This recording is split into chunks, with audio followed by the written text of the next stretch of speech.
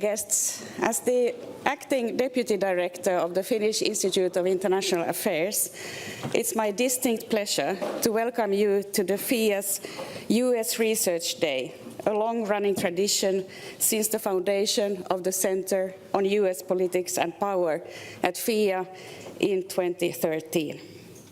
This morning's seminar is entitled The Present and Future of the Separation of Powers and Rule of Law in the United States.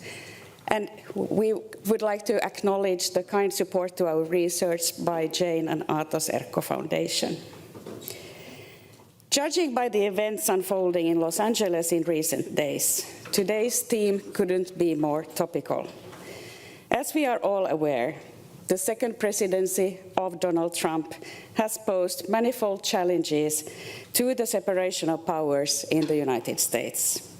Trump has used, some might say abused, the broad emergency powers of the presidency to test the boundaries of civil-military relations and control aspects of policymaking normally designated to Congress, including on spending and tariffs. The courts, all of the way up to the Supreme Court, have stressed the importance of adherence to the rule of law, but the responses to court rulings by the administration on issues ranging from due process to releasing federal funds could presage a showdown between the executive and judicial branches. The Republican-controlled Congress has so far been largely unwilling to check presidential power. This is so even though concerns have begun to surface among Republican elites over the impact of Trump's policies on the electoral prospects of his party in the 2026 midterms. Today's seminar focuses on three important questions. How has the challenge posed by the Trump administration unfolded since his inauguration? How unprecedented are the current tensions between the White House and other branches of government? What are the possible future implications of the approach pursued by the administration? To address these vital issues, we have the pleasure of welcoming our keynote speaker for the day. Corey Brettschneider is Professor of Political Science at Brown University, where he teaches constitutional law and political theory. He is the author of The Presidents and the People, 5 Leaders Who Threatened Democracy and the Citizens Who Fought to Defend It, which is the winner of the 2025 Silver Gavel Award from the American Bar Association. He is also the author of The Oath and the Office, a guide to the Constitution for future presidents, which Kirkus called vital reading for all Americans. His other books include When the State Speaks, What Should It Say? How Democracies Can Protect Expression and Promote Equality, and Democratic Rights, The Substance of Self-Government. He is the editor of the series Penguin Liberty and the author of numerous articles in top political science journal and law reviews, including the American Political Science Review, Political Theory, and the Texas Law Review. Professor Brettschneider's constitutional law casebook is widely used in classrooms throughout the United States. His writing has appeared in The Guardian, The New York Times, Politico, and The Washington Post. Professor Brettschneider holds a PhD in politics from Princeton and a Juris Doctorate from Stanford Law School. He is also the co-host of a new top-ranked podcast about the crisis of democracy in the United States called The Oath and the Office, which I can warmly recommend to everyone interested in the current travails of American democracy. Professor Brettschneider will speak for about 25 minutes, after which we will move to a panel discussion chaired by leading researcher Ville Sinkkonen. Without further ado, Corey, the floor is yours. Thank you so much for this, that warm introduction and for the welcome. I'm looking forward to the conversation today. Of course, I'm here to talk to you about the question of what is going on in the United States of America. It is a crisis of democracy. And what I'm going to argue today, and what I argue in this book, The Presidents and the People, 5 Leaders Who Threatened Democracy and the Citizens Who Fought to Defend It, is that although there's an instinct, I think, to want to say, and you are seeing some commentators say this in the media, that what we're facing now is unprecedented. There are aspects that are unprecedented, but what I'm going to argue is that it actually, what we're seeing play out reveals a deep structure of American politics, and that far from being unprecedented, we've seen that structure, in particular the danger of the United States presidency and the risk and threat that it has always placed on the principles of democracy, that we've seen that play out throughout American history. Now, the usual story is supposed to be that the checks on power come from the separation of powers, the topic for today. The Congress, for instance, and the framers believed that impeachment would be the most important of these checks, or the process that we have in the United States of judicial review, where the Supreme Court, since a case Marbury versus Madison about presidential power, has said presidents are subject to limits by the Constitution to be enforced by courts. Those usual checks that actually we teach to our grade school students, my argument is going to be that they really haven't worked, that that's a myth. And that many of the framers realized this, but some believed in it, that hasn't happened. And in fact, and you see this, by the way, the book came out the day after the Supreme Court decided its immunity decision, granting for the first time in American history not just sitting presidents, but a former president immunity from criminal prosecution, and at least in regard to official duties. That ruling, actually that is an unprecedented ruling, but what it does is it shows my theme just in crystal clear language, that far from acting as a check on power, courts have often made the situation worse. So at the same time, I'm not going to leave you despondent. There is hope for democracy and democracy in the United States, and it comes from the way that we've recovered. We haven't recovered from courts or from Congress, from the usual checks. We've recovered from Americans, citizens, taking it upon themselves, non-public officials, to reclaim the American Constitution as a democratic document in response to repeated authoritarian threats from presidents. And part of what goes on is a battle between the authoritarian Constitution embraced by dangerous presidents and the democratic idea embraced by citizens. And the hopeful part is not just that these were heroic stands, but that they won. And how did they win? They won by prevailing on recovery presidents, using elections like the election of 1800 and the election of 1868, which I'll talk about, to put back the guardrails on power. If you go back to the founding, things start off with a kind of optimism. But yet that optimism is challenged by the founder, Patrick Henry. Now, some of you may have heard Patrick Henry. He uttered the phrase, "Give me liberty or give me death," a revolutionary hero. But less understood is that he gave the same warning about the US presidency that I just gave you. The United States, after the Constitution is written in Philadelphia, there's a debate about ratification. And Henry is one of the anti-federalists who says, do not ratify this. And the reason why he says not to ratify it is because he says, you're all imagining in this document a good person in power, a person of virtue. And in fact, the framers were thinking about George Washington. That was he had presided over the convention, someone they trusted. But Henry was the one to point out, what if you have a bad president? What if you have, and now this is where it gets deeply relevant for the moment, what if you have a criminal president? His argument is these checks are not strong enough to withstand someone who can use things that are supposedly benign, like the power to pardon, in order to power co-conspirators. And I'll just read to you what he says, and you'll see how on point it is. He says, what this person is going to do is that they're going to start with small crimes. They're going to see that the checks aren't there to stop them, including the judiciary or impeachment, and they'll get more emboldened until that person won't hesitate to crown himself a monarch and say, and now this is the quote, "Away with your president," he shall declare, "we shall have a king." In other words, the stability of the American Constitution is not there in the face of a criminal president. But the optimism, as I said, is that although those threats are real, there is a fragility of American politics. When we look into these cases, we can see the American people recovering through politics the democratic idea of the Constitution.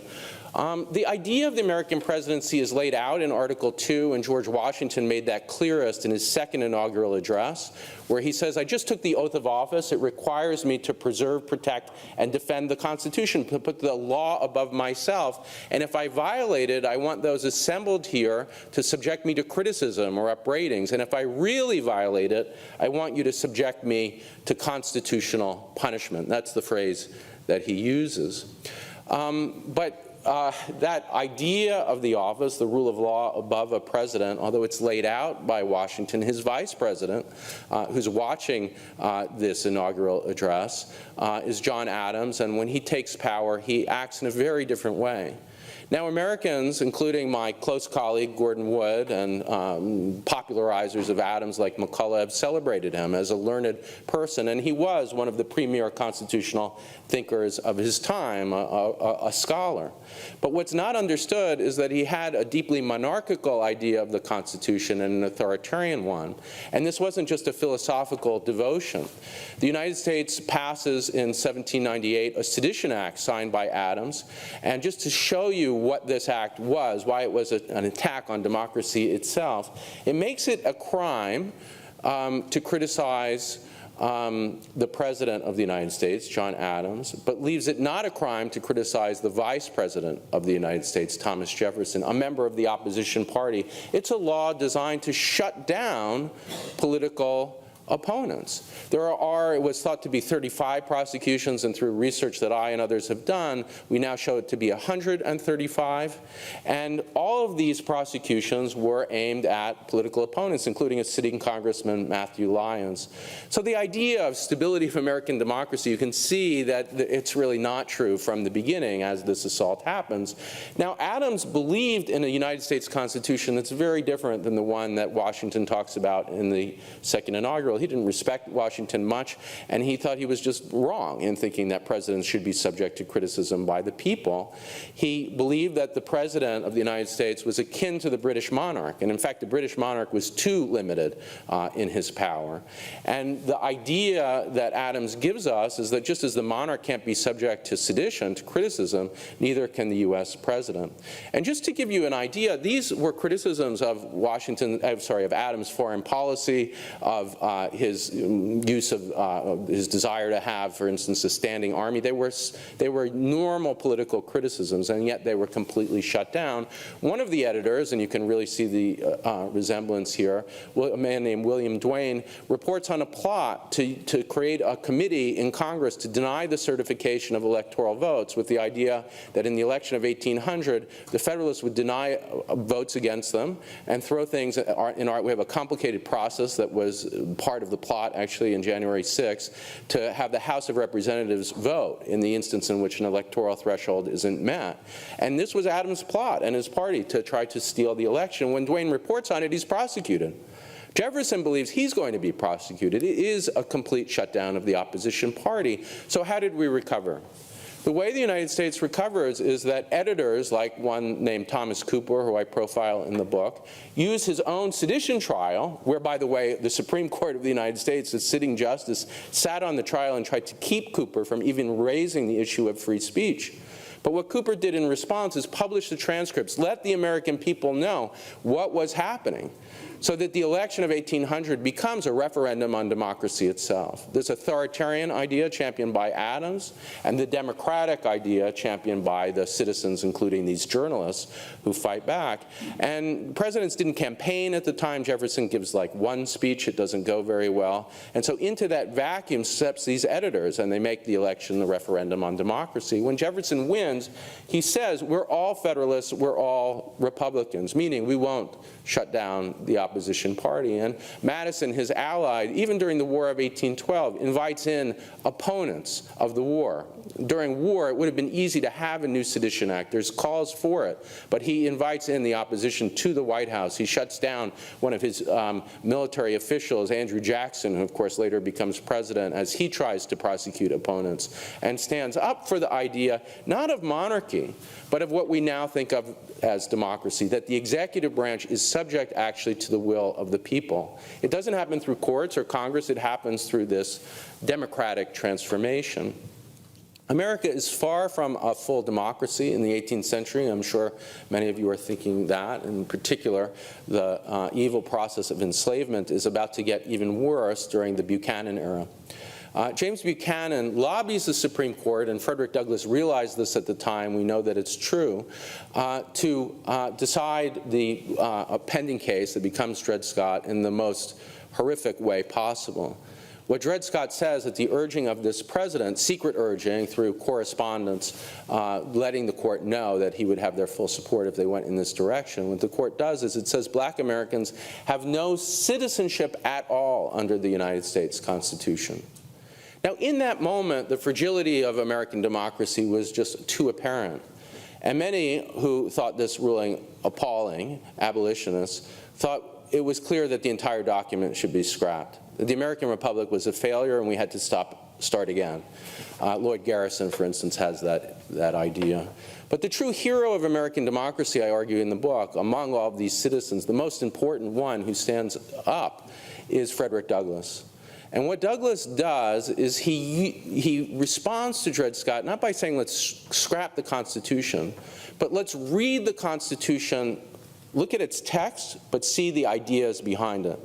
Take the idea of we the people. Douglass says it was considered at the founding to use the idea of we the white people, to use that text. And Douglass says that was rejected. What is that but a universalist idea of democracy at odds with enslavement and subordination? He says it is an idea of equal citizenship. The ban on the corruption of blood, the British practice of allowing the next generation to inherit the crimes even of parents. What is that but an anti-slavery principle, he says. And most important, well before Lincoln will become famous for doing this at Gettysburg, and I argue actually Lincoln only comes to this view at the insistence of Douglass, he says the Declaration of Independence, which is with its claim of equality, has to be the lens to read the entire US Constitution. Now, Douglass is actually in the UK when he's giving these speeches because he has to flee under threat of prosecution by Buchanan. And as he's there giving these speeches, America at home has far from a democracy. And Lincoln, he thinks, is no hope. Lincoln, in many ways, affirms many of Buchanan's ideas. He thinks Dred Scott is wrongly decided, but that the decision has to be respected. The Fugitive Slave Act has to be enforced. And it's only under a series of dialogues, I argue in the book, with this citizen, Douglass, who has behind him vast meetings of black Americans meeting in conventions. And he uses that sort of power and his fame to prevail on Lincoln to come to the idea that the war has to become about slavery. But it isn't Lincoln who's the hero of this moment. He's a partial recovery, kind of like Jefferson is a partial recovery, Madison more full. It really is Ulysses Grant, who in the election of 1868 is elected at the behest of Douglass and his constituency. Black Americans risk their lives in the midst of a lot of, not just white terrorism, but outright murder and massacres to elect Ulysses Grant president. And what Grant does is not just support the 15th Amendment, barring discrimination based on race when it comes to the vote, but a new power of Congress to enforce that provision through what are known as the Enforcement Acts. And Grant creates the Department of Justice in order to prosecute more than 1,000 white terrorists throughout the United States, including the Ku Klux Klan. You see the theme. American democracy has crisis. The crisis is made worse by courts, as it is now, arguably, and Congress does not come to the rescue, but citizens do by prevailing on these recovery presidents. Jefferson to some extent, really Madison in the first cluster, in the second, Lincoln to some degree, but really Grant. Woodrow Wilson is often seen as the great internationalist, one of the sort of great heroes of American politics. If you read the book, you'll see I tell a very different story. My wife is with me, Allie. We were married in Woodrow Wilson's house when we believed that Woodrow Wilson was a hero. But what I did was I was able to get archival materials, the lecture notes of Wilson's students when he was teaching at Princeton, and to put them together with a lot of other original documents to show that actually his main philosophy was one, and this might sound shocking to you, but if you read the book, you'll see the documentation. I'm happy to talk about it, of white nationalism. He's not the first white supremacist president, but he is the first white nationalist president.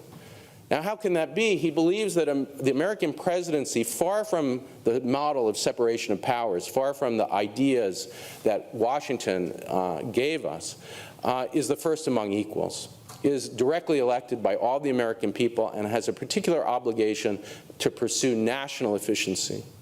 Now, what is in the way of national efficiency? It's what he calls friction. And what is friction? It's integration. So when he resegregates the federal workforce, including one of the most important departments at the time, the post office, William Monroe Trotter and Ida B. Wells, black American journalists and activists, come to his office and say, you're creating a national system of second-class citizenship. And you can imagine what he says back to them. He says, you are creating friction. And that's a term that he uses even as president of Princeton to reject black applicants. This idea of friction is sort of the enemy, integration and efficiency and segregation, the national efficiency. Now, the usual story, and my guess is that the people here know this story, is that Brown versus Board of Education reverse Plessy. It's another kind of tale told to school children.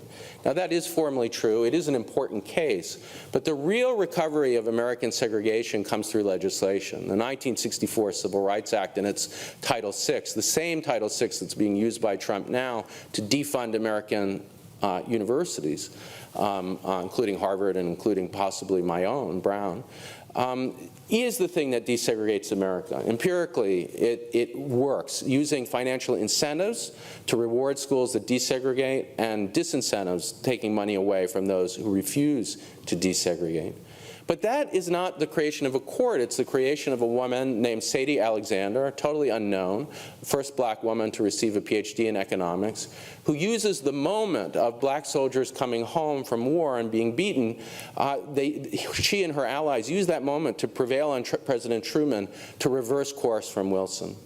They convince him to, through this report that they write, citizen written, to undo the through executive orders to desegregate the military and the federal government.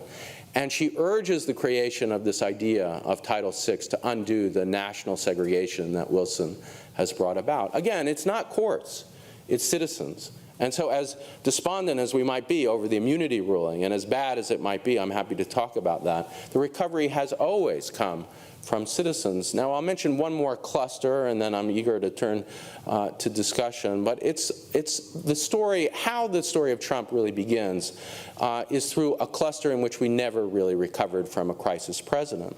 And that crisis president was Richard Nixon. And I tell the story of Nixon in a way that is very different from the way it's usually told. One story is, and this is largely at the behest of Nixon's allies, actually, that Nixon committed this small crime in Watergate and covering it up, and under threat of impeachment did the right thing and resigned, and the American system was stable. That is very far from the truth. What really happened, and I show this in the book through interviews with the Watergate prosecutors who are still alive and through Daniel Ellsberg and an extremely extensive interview before his death, is that the crimes of Watergate were so much more minor compared to the vast amount of crime that Nixon was ordering directly from the White House to really shut down all political opponents. Philosophically, like Adams, he had an authoritarian idea, and like Wilson, an authoritarian idea of the presidency. America is in a civil war with student protesters, and the president can do anything. He says that in the interview with David Frost, not as a sort of unthought utterance. It really is a thought-out philosophy, and the president can't commit crime. So I'll give you an example. Ellsberg, he believed, had papers, which he did have, but he mistakenly thought that they were being kept wiretapped in an institute, kind of like this one in the United States known as Brookings, which some of you might be familiar with. And in this safe, he thought there were documents showing that he was guilty of treason in convincing the Viet Cong to continue the war until he was president in order to benefit him politically.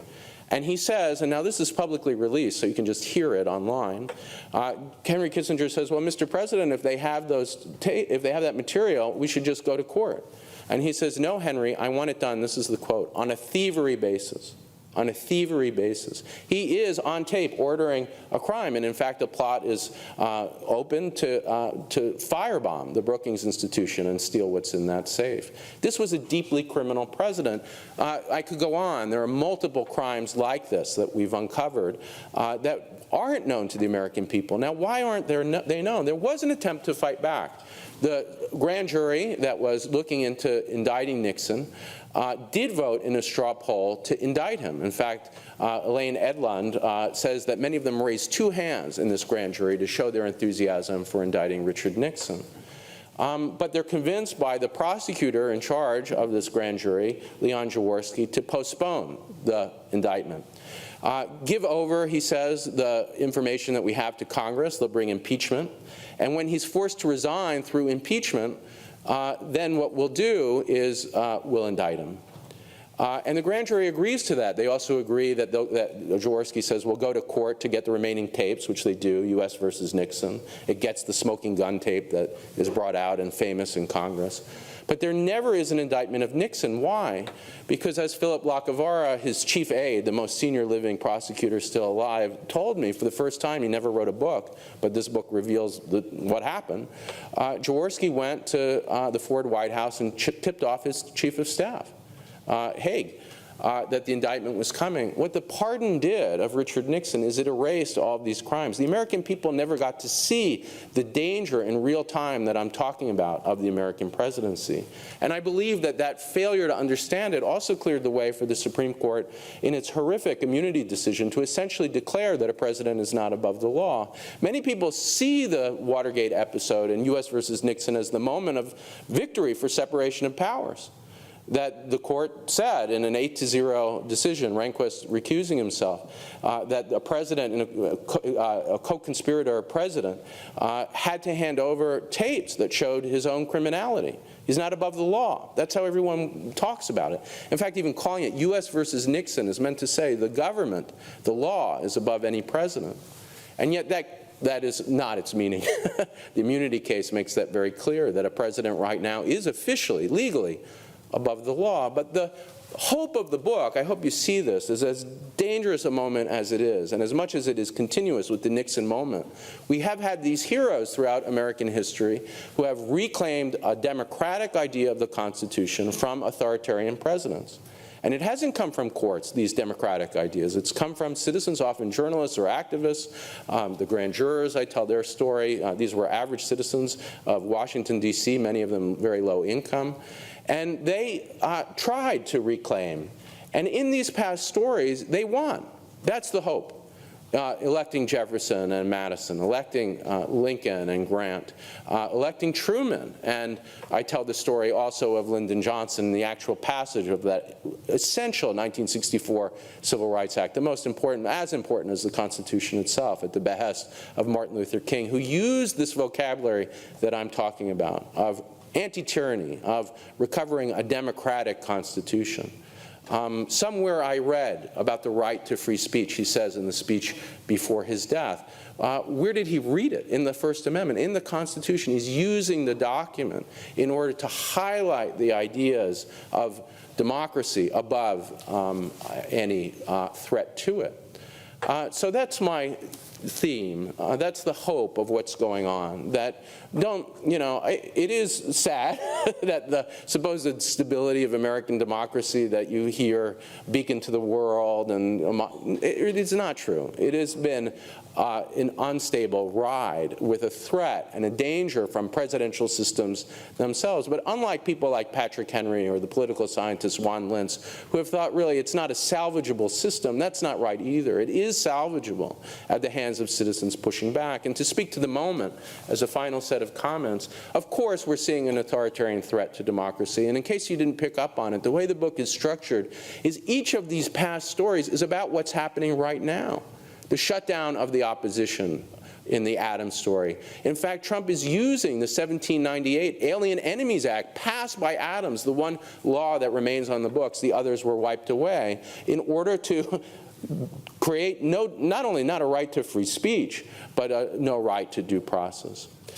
The use of the 1964 Civil Rights Act to go after universities that were doing nothing more than trying to celebrate and spread diversity, to do the work of civil rights, to make it the opposite, to make it into what is really a white rights idea of civil rights through this threat of revocation of the funds. That is the story of Wilson. All over again, and even the story to some extent of Buchanan. And then, of course, the story of Richard Nixon, which we haven't recovered from, the criminality. Donald Trump was indicted in 4 instances for, among them, violating the Espionage Act in the documents case, and most importantly, in the case of January 6th for stoking and participating in an insurrection, one that resembles the plot that Adams used to try to steal the election of 1800. That is a threat to democracy, and it's not going to be courts or Congress in some simple sense that will save us. It's going to be the American people pushing back. Impeachment might play a role, by the way. It's never worked formally, but to the extent that it spreads information, for instance, about the Ukraine, pressure on the Ukraine, president of the Ukraine, in order to give over dirt on Joe Biden under threat of not receiving weapons, that those threats were known to the American people through impeachment. So I am hopeful that that mechanism will work. Thank you for listening. I hope you see the hope in my story, not just the honesty about the danger on this. And thank you for the remarks, too, about the podcast, The Oath in the Office. Each week we're tying what's happening to these broader contexts. So thanks for listening.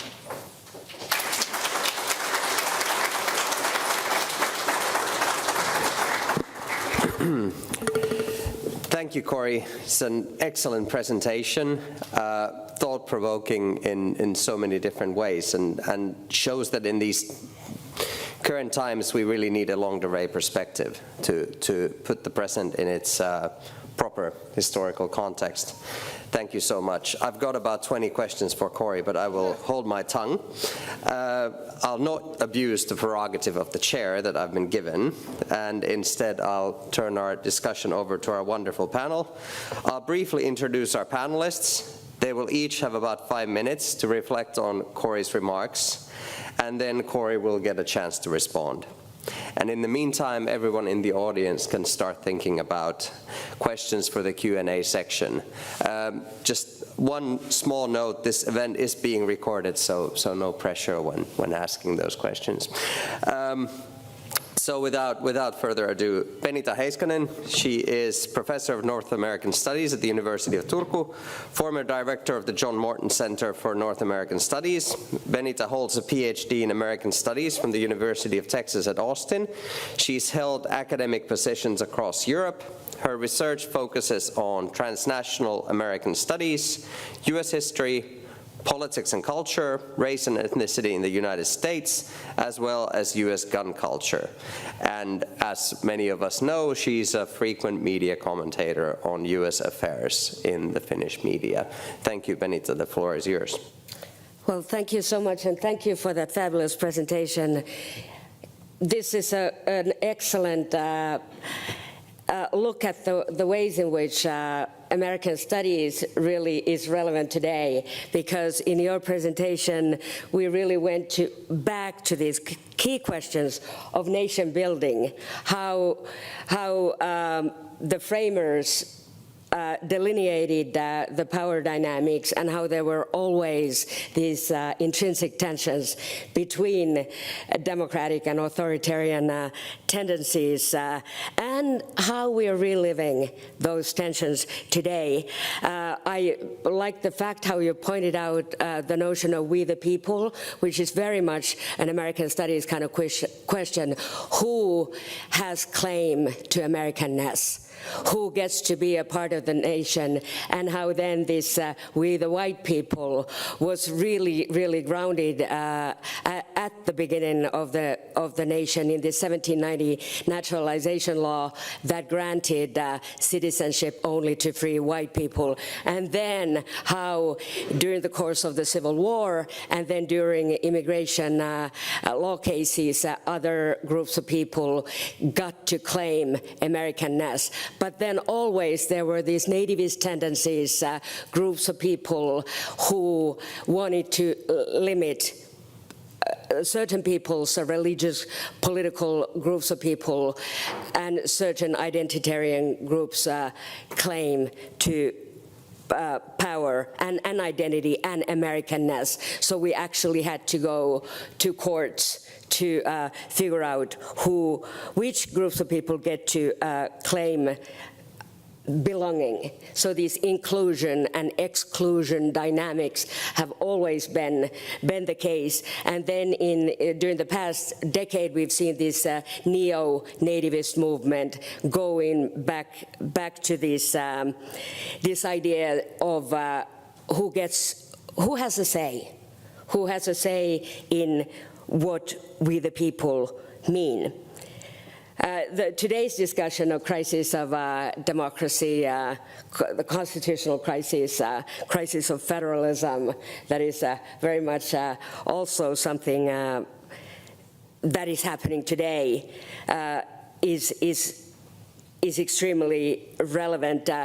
My question to you would probably be when you talked about the guardrails or lack thereof, and then the power of citizens and groups of citizens. Like, do you see any change in the political structure, the bipartisan system, or the courts, for that matter? Like we've heard discussions about court packing. As a possibility to change the distribution of power. I very much welcome your basic argument that courts have always been at the crux of these power issues, whether having to do with individuals' claim to citizenship, or then or presidential power. You mentioned that you made a reference to the framers talking about a possibility of a king rather than a president. Then I think it's really, really interesting that on June 14th there will be protests all around the United States with this label "No King's Day," speaking to this possible abuse of power and this really, really fundamental problem that activists are seeing about the nature of what the United States was supposed to be in the framers' mind, and also in how people refer to the Constitution. So that will be very, very interesting. So those would be my questions. Guardrails, who are the players going to be, and if you see any institutional changes in the coming years. Thank you. Thank you so much, Benita, for those reflections. Next we have Anna Kronlund. Anna is a senior lecturer in political science at the University of Turku. She also leads a Kone Foundation project on the UN's legitimacy and transnational challenges at the Department of History and Ethnology at the University of Jyväskylä. She is also the managing editor of a book series, Pro et Contra, books from the Finnish Political Science Association. And, of course, Anna is also a non-resident fellow at FIA. Please, Anna, the floor is yours. Thank you. Thank you also for the keynote speaker and Benita for your insightful remarks. I would like to follow from the perspective of the separation of powers and related debates. Woodrow Wilson, who was discussed already in the keynote speech, in his Constitutional Government book in the United States, published in 1908, noticed that presidency has been one thing at one time, another at another time, varying with the man who occupied the office and with the circumstances that surrounded him. In the book, Wilson discusses how the Constitution contained no theories. It was a practical document that could be operated differently depending one's interpretation. While my purpose is not to discuss Wilson more specifically, the problematic seems to arise when the interpretation of the Constitution is dominated by the one branch of the government and Congress and the Supreme Court are not providing checks or willing to act as a separate branches of government, as we heard from the examples mentioned by the keynote speaker already. In the US, similar to other liberal democracies, we have seen the growth of the executive powers after the Second World War. In my own research, I have focused on constitutional separation of powers, and especially to war and emergency powers, and how these are defined, contested, and discussed. Previously, US Congress has been involved in these discussions, either by providing legislation trying to push some kind of limits to presidential actions on the one hand, or legitimatizing it by enacting new legislation on the other hand. The use of emergency powers is not a new phenomenon in the US. However, there seems to be now a trend to use emergency powers to advance domestic agenda rather than seeking support from the US Congress. This was visible already during President Trump's first term, some examples being seeking to finance the border wall or dealing with the COVID pandemic. The National Emergencies Act from 1976 that Congress at the time enacted provided some congressional oversight, but it nowadays requires two-thirds majority in both houses to have an effect to presidential emergency powers, and that makes the case difficult. The legislation also leaves power to the president to declare a national emergency. When the law was originally discussed in the Congress, the need to balance the powers between Congress and the President was of course recognized, but also the question was how to provide enough leeway for the presidential action in times of crisis. The use of emergency powers in the US is mainly adopting statutes by declaring an existence of an emergency rather than suspending constitutional norms or principles. It becomes problematic, however, when the President uses emergency powers in a cumulative manner and when they possibly involve also a creative use of existing legislation or presidential executive orders or decrees to advance policies in the name of emergencies, thus undermining norms and procedures. Further, it is not only that Congress is not providing oversight, but that Congress is providing powers for the President. One recent example, the One Big Beautiful bill recently passed by the House by the Republicans with a very narrow vote margin would advance President's agenda, including tax cuts, but it also reportedly has some more controversial provisions, now also raising discussions among the Republicans what they actually were voting upon on. A lot of different dynamics is currently taking place, as we have heard from the introductory remarks onwards. We have heard about crisis of democracy. We can speak about constitutional crisis or a crisis of separation of powers system and principles. The current policy of the administration that something is done first and then it is battled in the courts instead of relying, for example, legislative manners, even when the Republicans hold a majority of Congress, raises questions. Therefore, a crisis of the rule of law could perhaps be a more accurate description of the current situation. Court consideration, if favorable, also provide legitimization for presidential actions and is problematic in the sense, and here we can think for the example, the Supreme Court case on presidential immunity and how it affects in the longer period as the keynote speech also already referred to. Overall, it seems obvious that some kind of crisis is taking place despite how you define it. Crises are often attached to the element of surprise. So far, there seems, however, not be that much of it, and it will take a longer period of time to evaluate it. Identifying exactly where the crisis is located would help in providing answers and how to tackle or treat them. The use of executive powers has raised questions in the US in certain periods of time, and we have seen many times the overreaches before, as we already heard by the keynote speaker as well. To get back to the keynote, where insightful remarks were provided in terms of the current situation in relation to the past experiences and precedents, I would like to ask from the keynote speaker, should we consider Trump as some kind of exception? What would tend the political realm to be reflected upon on, if we don't think about that Trump presidency as a continuation of the previous presidencies, but rather, if there is an exception, how then we should kind of deal with it? Thank you. Thank you, Anna, for important questions regarding where we should actually place this crisis, and that's actually not just a debate, a narrative debate. It's an important debate about where we should be looking and where we should not be looking.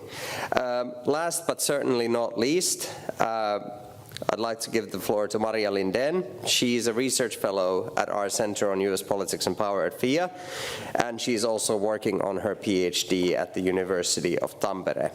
She's the author of the book Trumpin kansa, Trump's People, and also a former news journalist. Maria's main area of expertise is US domestic politics, and her current research focuses on the crisis of liberal democracy in present-day US, especially electoral manipulation. Maria has also lived in Boston from 2015 to 2019, working there as a freelance journalist covering American politics for the Finnish news agency and other Finnish media outlets.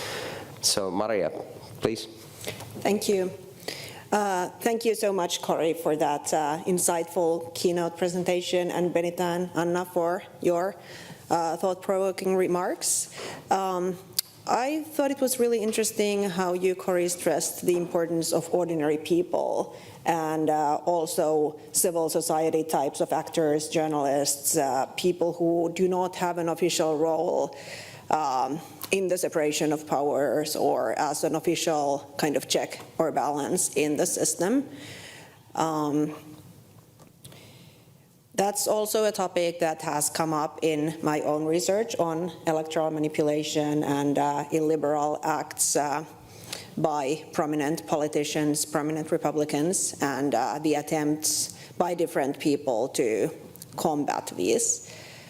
But I can't help but wonder if the times we live in are in some crucial and tragic ways different compared to all the examples that you gave.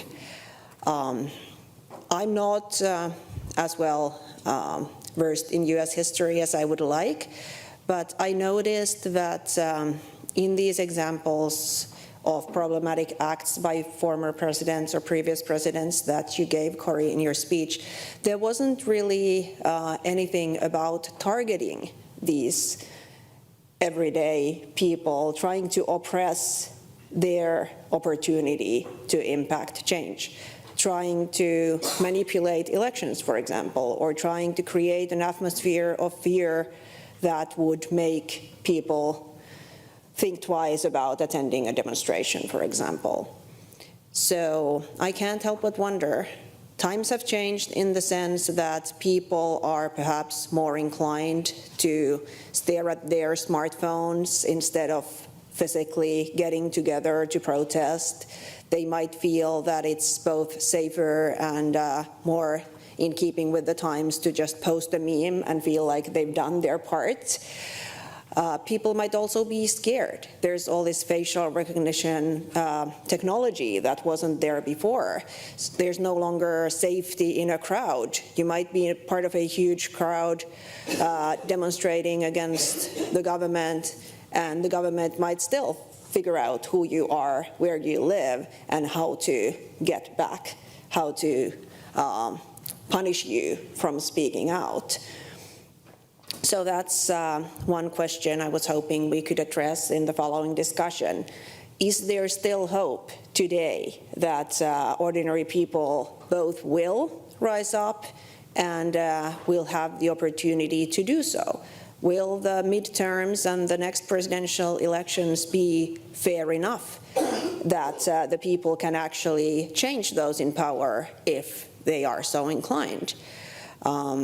Prominent democracy scholars Stephen Levitsky and Luke and Wei have been writing in the New York Times about how they feel that the US is fast sliding into an electoral autocracy, where there are still elections, but the playing field is so tilted that even if people want to change those in power, they might no longer have the opportunity to do so. I would love to hear your thoughts, Cory, on that.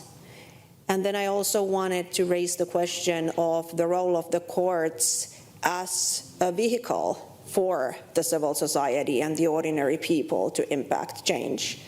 I've been working on an article on attempts to combat or counter electoral manipulation during the Biden presidency, when those in power were not trying to oppress these attempts. And the courts had a really important role there.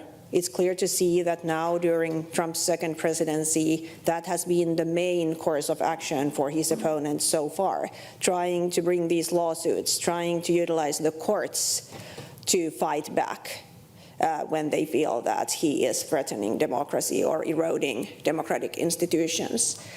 But this brings a lot of weight to the courts. If they are the way that the civil society and ordinary people are trying to fight back, and then the courts, as you pointed out, that are not particularly reliable as a check or balance, if they fail, these people who are relying on them to actually check the power of the president, what other avenues, meaningful avenues, are there? What's left if the elections are no longer fair and the courts are not doing their job? That's, I think, where I will leave it. Thank you. Thank you, Maria, for raising those important points. I will not hog the floor at all. I will give it to Cory. Yeah. Your chance to respond. Thank you.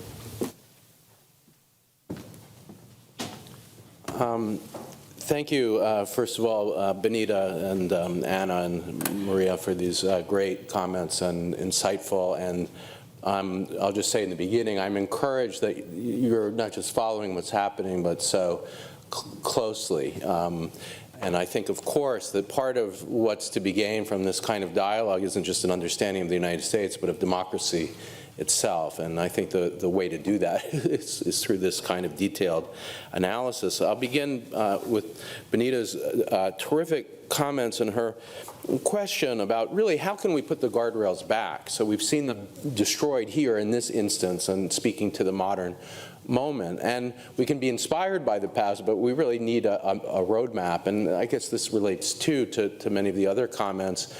The past examples are not going to match exactly the current moment, but we can learn from them. And I'd begin with the question of what kind of legislation we might need. So much of the reform that is needed, and I do think it's pretty clear what needs to be done. If you try to do it through constitutional amendment, the Constitution is almost impossible to amend. And there is a lot of talk about amendments, and I tend to get a little frustrated with it because it is so hard to do.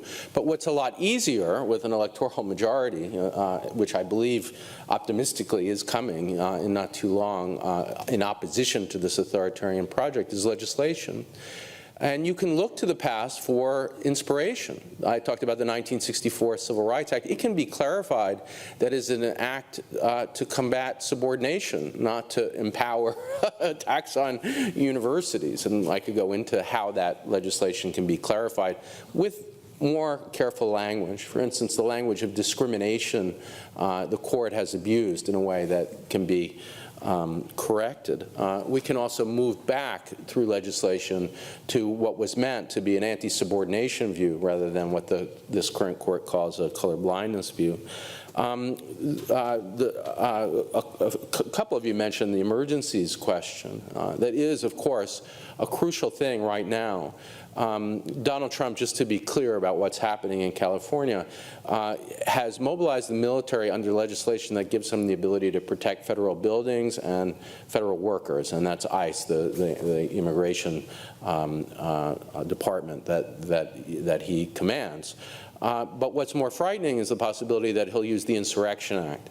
And what the Insurrection Act would give him the ability to do is to use the military more broadly. Now again, he's flipping on its head some great instances of using the Insurrection Act to defend civil rights in the Eisenhower administration, but he wants to use them, of course, to subject even peaceful protesters to, military force.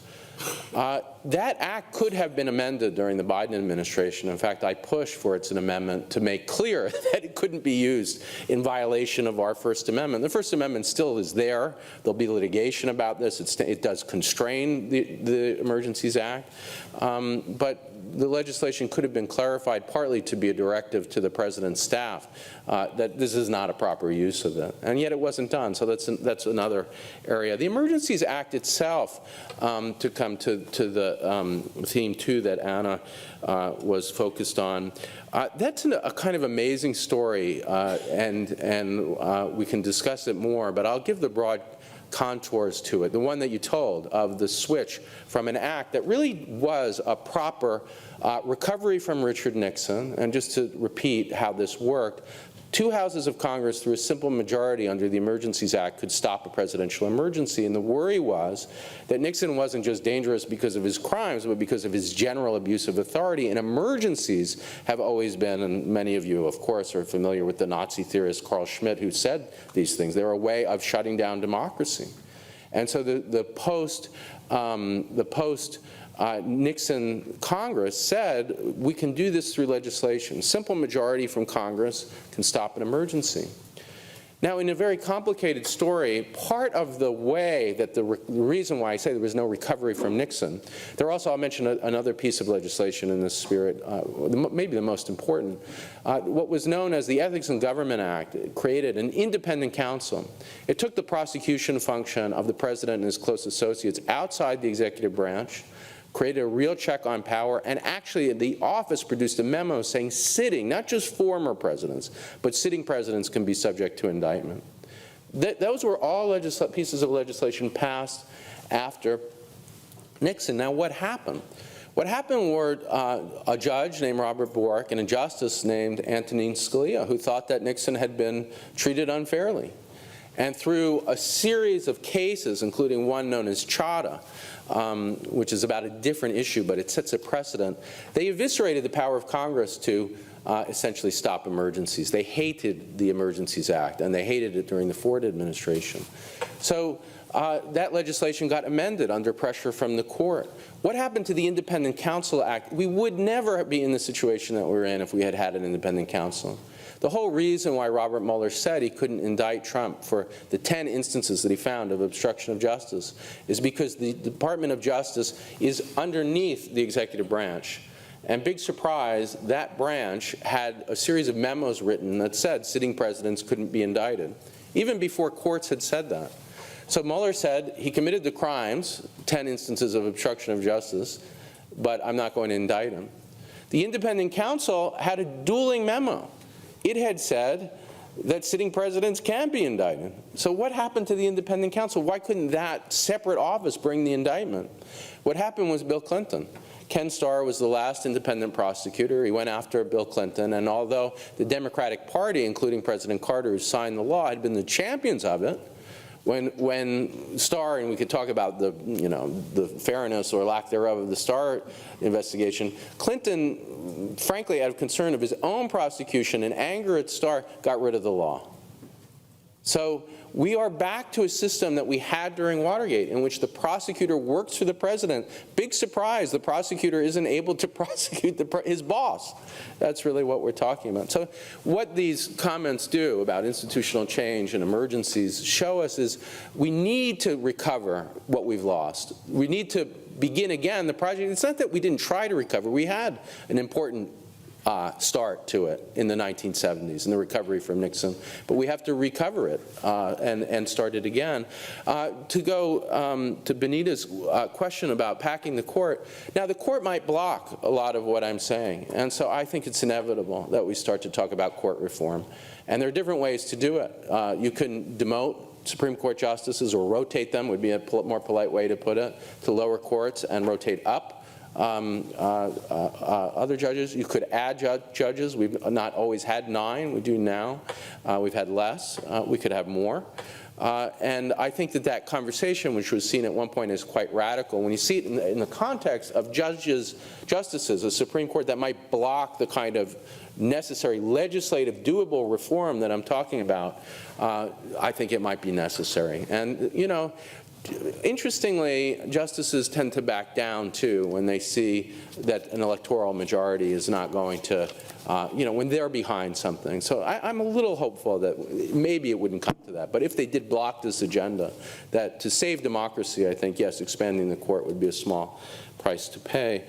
I come to Maria's comments.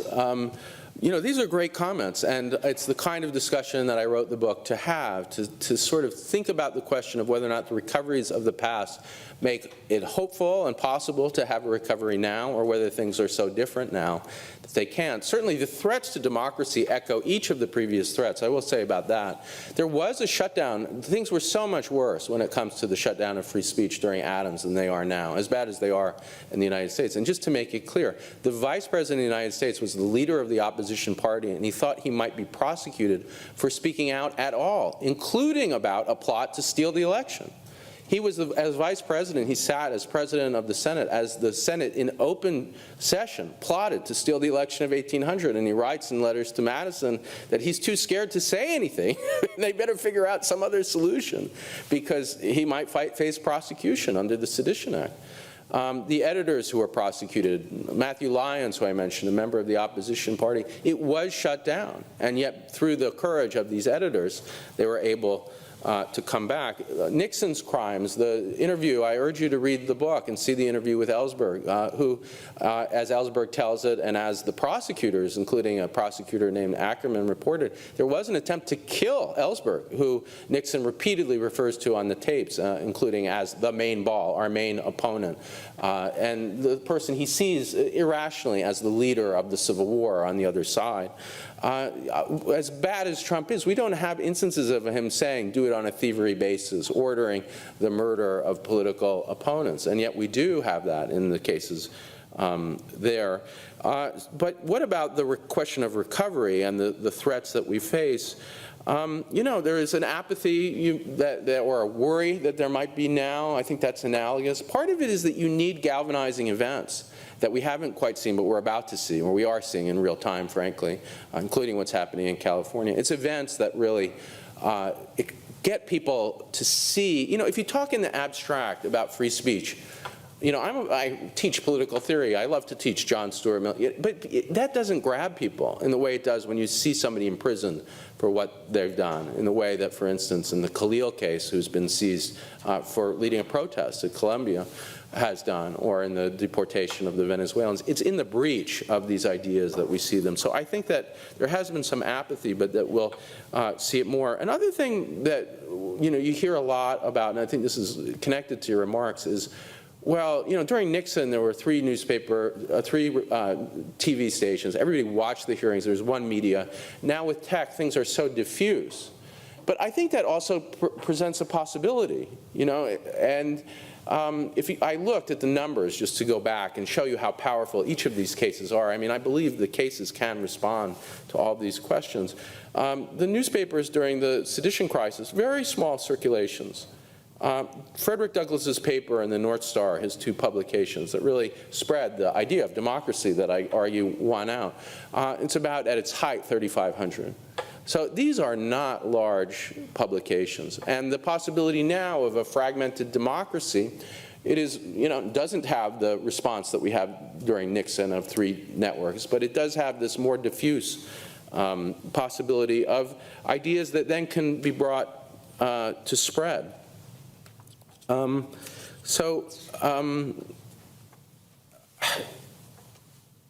I would say, I guess, one more remark about, you know, how bad these presidents were, and we could keep getting into the details. The argument of the book, unlike a kind of abstract argument in political theory, comes from the details as you learn of them.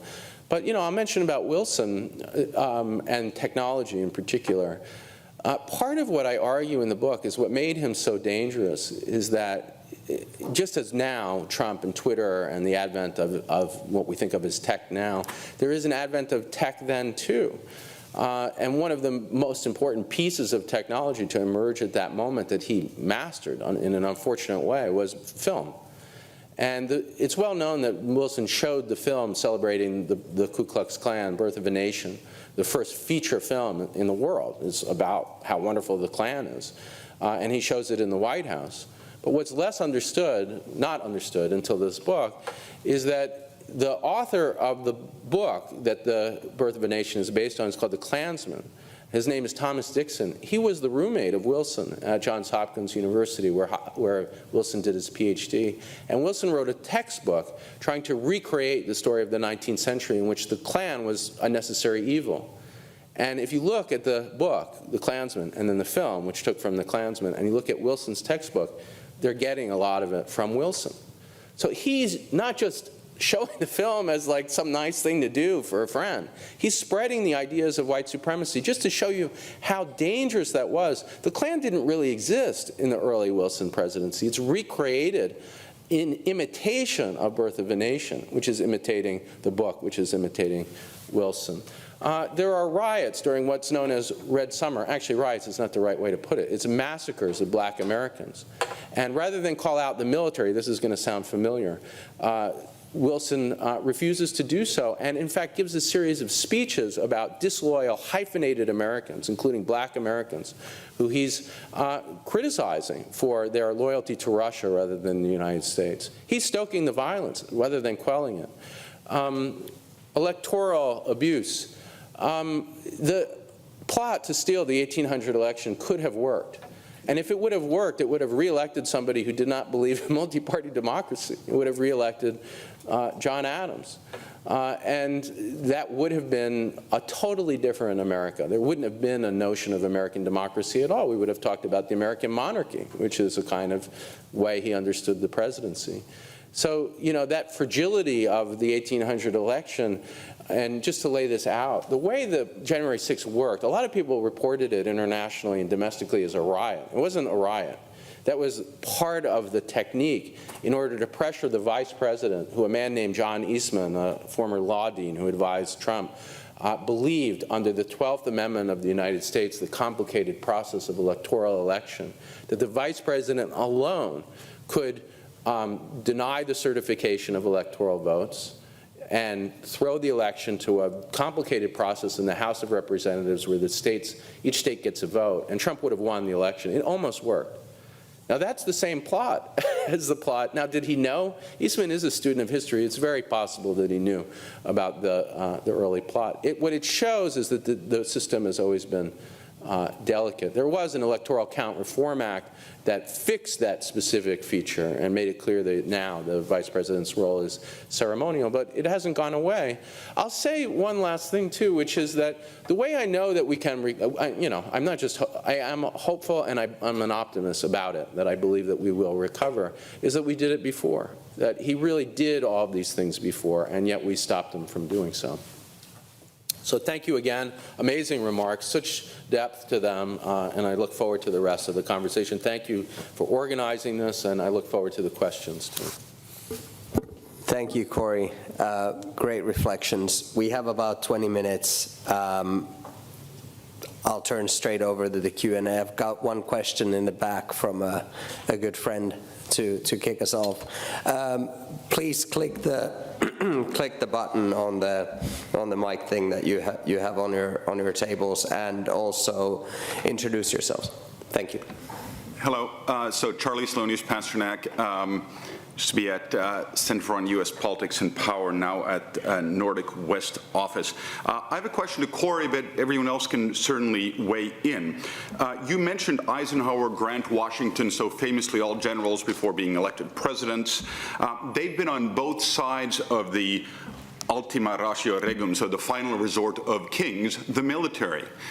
So my question is, what is your view on current status of U.S. civil-military relations, especially considering the military has been more willing to become a propaganda tool in the recent past? It's very worrying. I mean, you know, part of the story, and there are differences between Trump 1 and 2, and I wouldn't underestimate them, and this is one of the very big ones, that I would say part of what defined Trump 1.0 was the willingness of people within the cabinet and within the executive branch generally to push back. So you had a lot of civil servants who might be conservative or members of the Republican Party, but who really took the idea of the oath of office seriously, and that was certainly true in the military at high levels.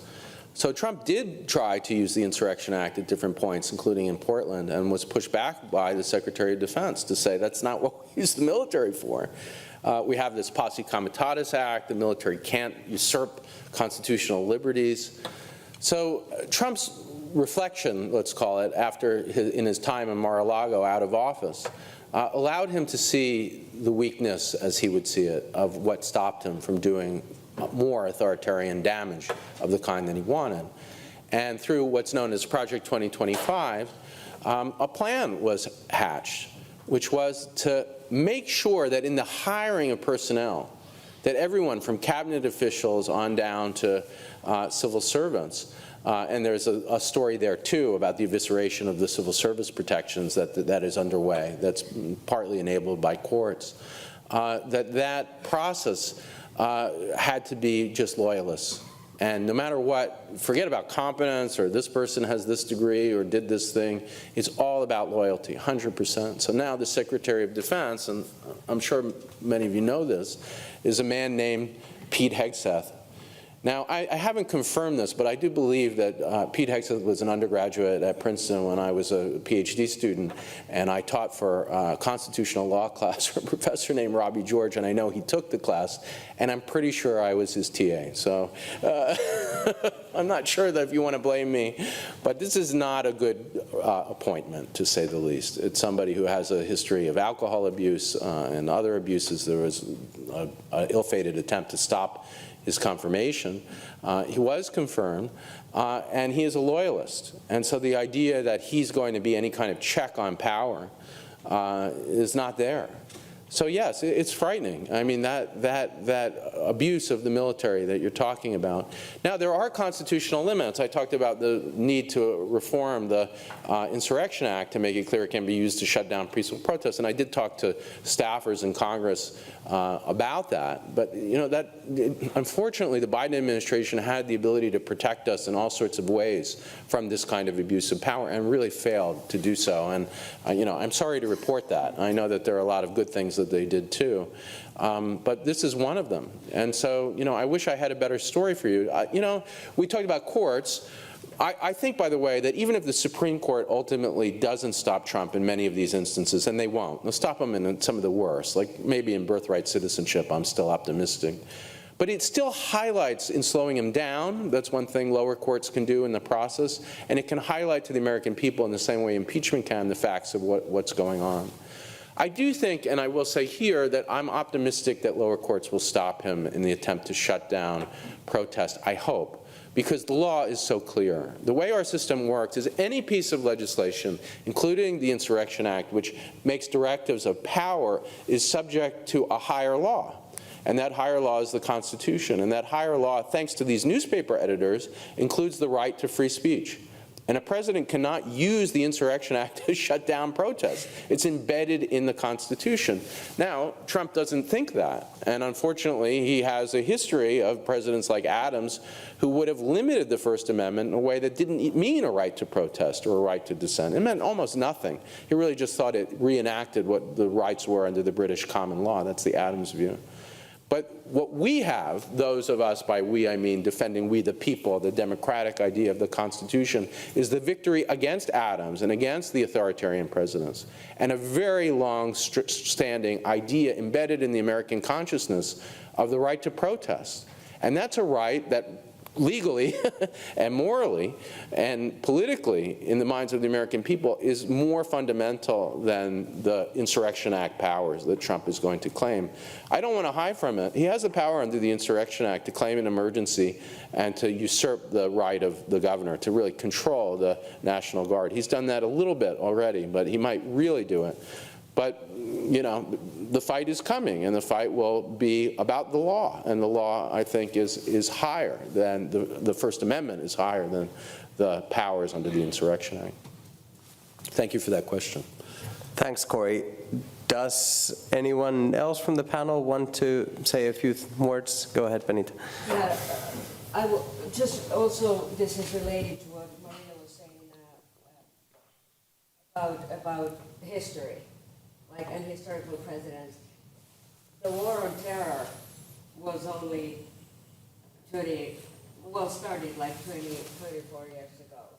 And we saw the Patriot Act, we saw the abuse of power in a most glaring way when citizens were being detained and people were taken to Guantanamo Bay. And we remember vividly the images from Abu Ghraib and all these abuses of power. But then I was also thinking throughout history, any world war, the Cold War, any of these situations, the invoking of the Alien and Seditions Act when people are targeted as political radicals.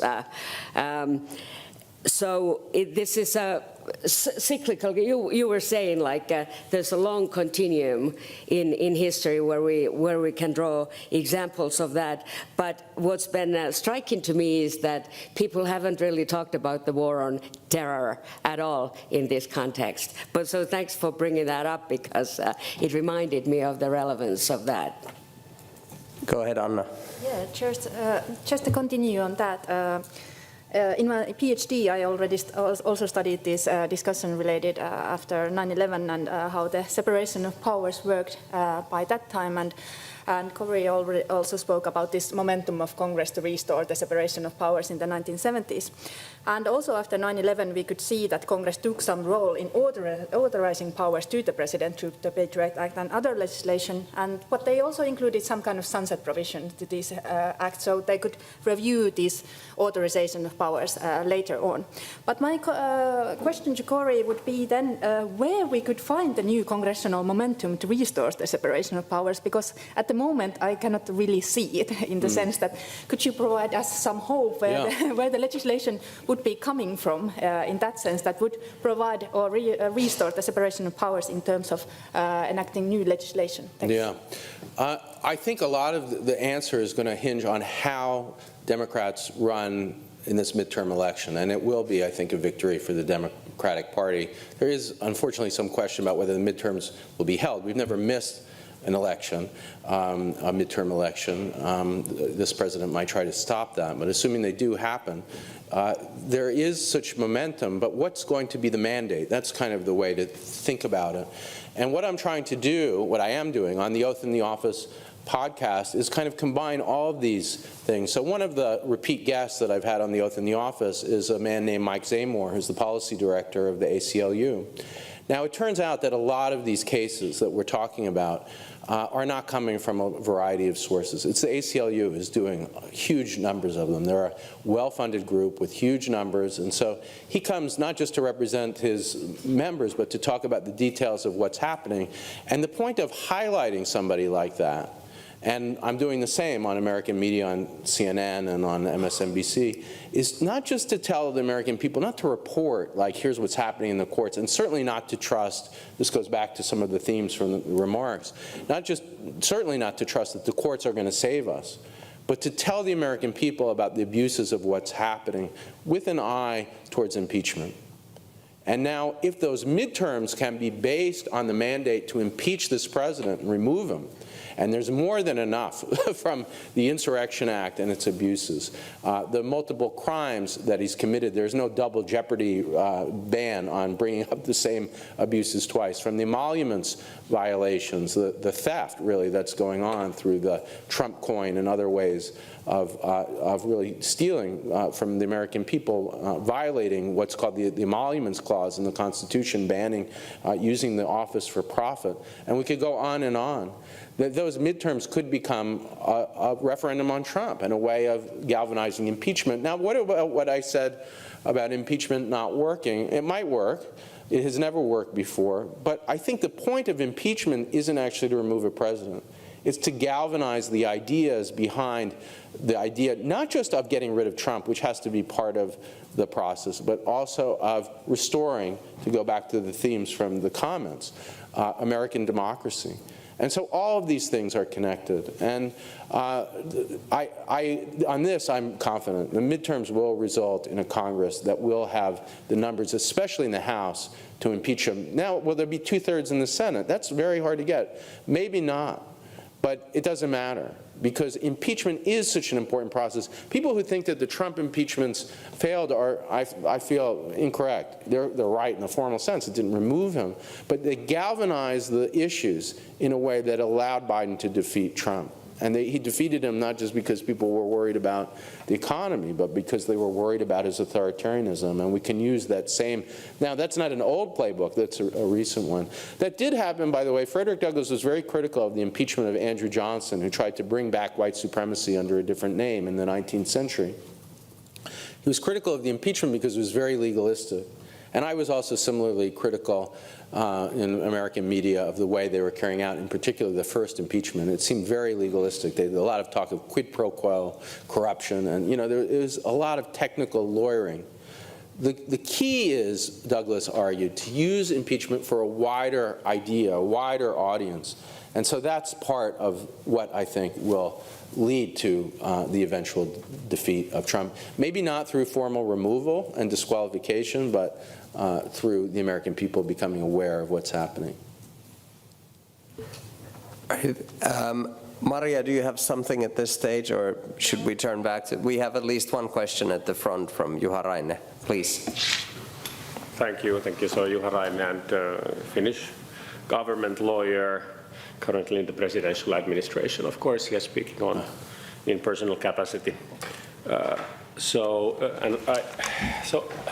I agreed, or I agree with your basic thesis that it's the citizens, not the courts, that are the final check. And I don't personally believe that it's the law can be above people, because it's the people who created the law. But any administration, of course, in the US or anywhere in the world, is dependent on law to govern efficiently, etc. So, and it's better. I think traditionally we thought it's better to have a law on your side when you argue, etc. But now there is a change in the discourse, I would say. It's not just the US, but it's a more general trend. But it's something that I don't know. You can perhaps disagree. I don't know. But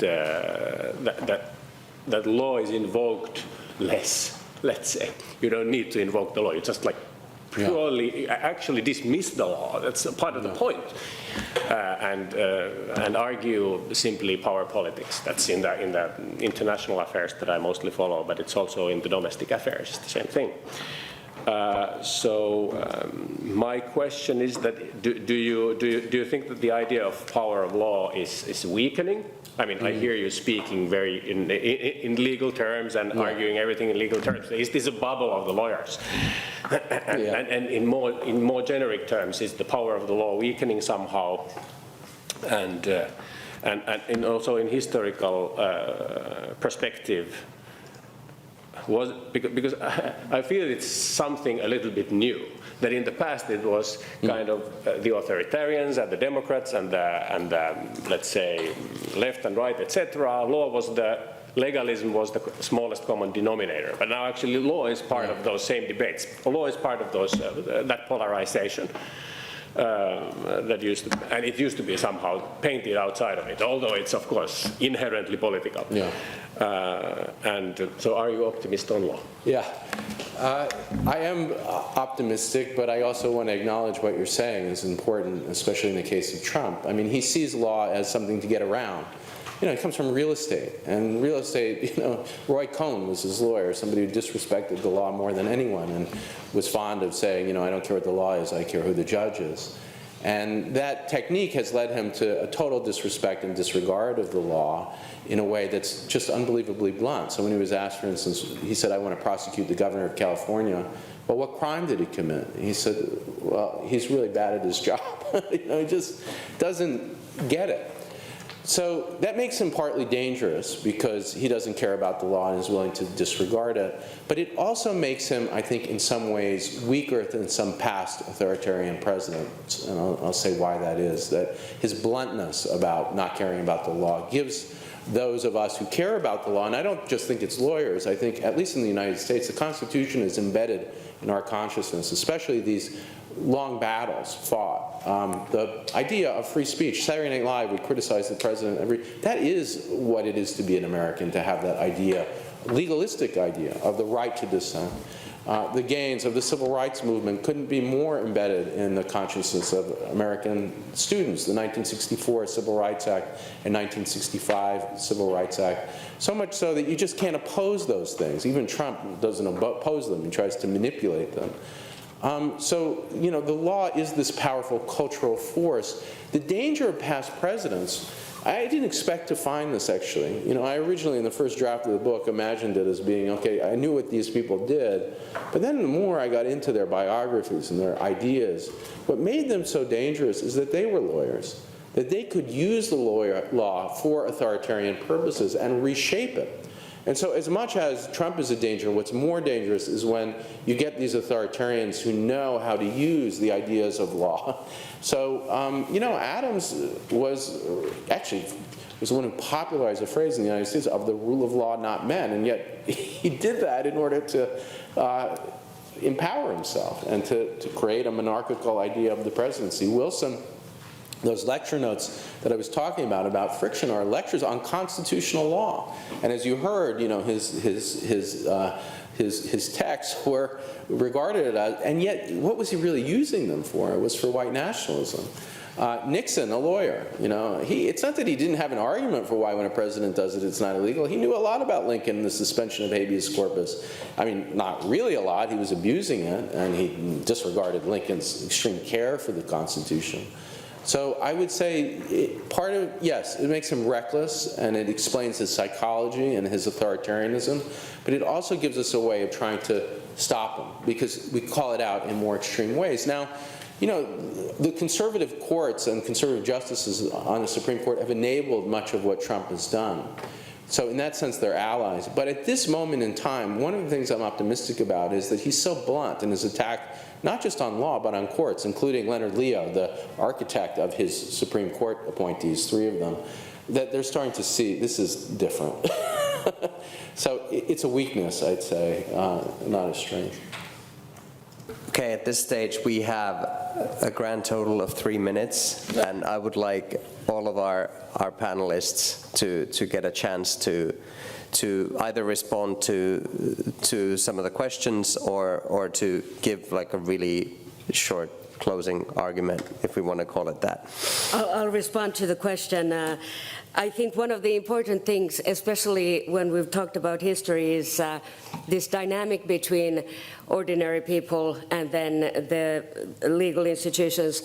I'm thinking the civil rights movement, the activism brought about the civil rights legislation, the Voting Rights Act and the Civil Rights Act. Then there's a backlash and movements that try to overturn those. In 1973, Roe v. Wade legalized abortion. Then 50 years later, we see the Dobbs decision that overturns that. At the end of the 19th century, Plessy versus Ferguson established racial segregation. Then we see in 1954, the Brown decision overturning that. So we have this constant dynamic going on between the progressive and the conservative forces, and especially the reactionary, not necessarily conservative, but reactionary forces having this dance, and it's an ongoing negotiation, as we so very well heard from the presentation. As a scholar who has studied U.S. Congress mainly, so I'm looking forward to see how U.S. Congress can play a momentum in the future, similar like in the 1970s when it restricted the powers of the president enacting legislation like the NEA legislation or the War Powers Resolution. which both of them has, to some extent, however, failed to fulfill their promises later on. But I'm also puzzled because in the sense that, like the midterms, we all know about the US elections is also kind of complicated, and there's also need perhaps a reform there. So it is a complicated picture, but I think there's a lot of things to follow in the future as well. Thank you. I really love the idea, the picture you paint of the Democrats having a landslide victory in the midterms and then starting impeachment procedures. I'm just really worried about what the Democrats are doing right now. I feel like they're just hiding, laying low, and hoping that Trump will annoy people enough that they will vote for the Democrats as the only alternative. But from polling, I get the sense that ordinary Americans are starting to feel like neither one of these parties is any better than the other, that even if they are very upset about what Trump is doing, they might still not turn out for the Democrats. They might just stay at home or, I don't know, do a write-in candidate or just some form of protest against the whole system instead of giving the Democrats the landslide victory. So here's hoping the Democrats, will get their act together and come up with a better electoral strategy before the midterms than the one they're utilizing right now. I guess that's my 2 cents at this stage. So we have both positives and negatives on display at this panel. Look, I want to thank everyone for coming. I want to thank the Jane and Aatos Erkko Foundation for supporting our research, and especially want to thank Cory for making the trip to Finland. Thank you very much, everyone. Since we're using legalese here, I'm going to say we're adjourned.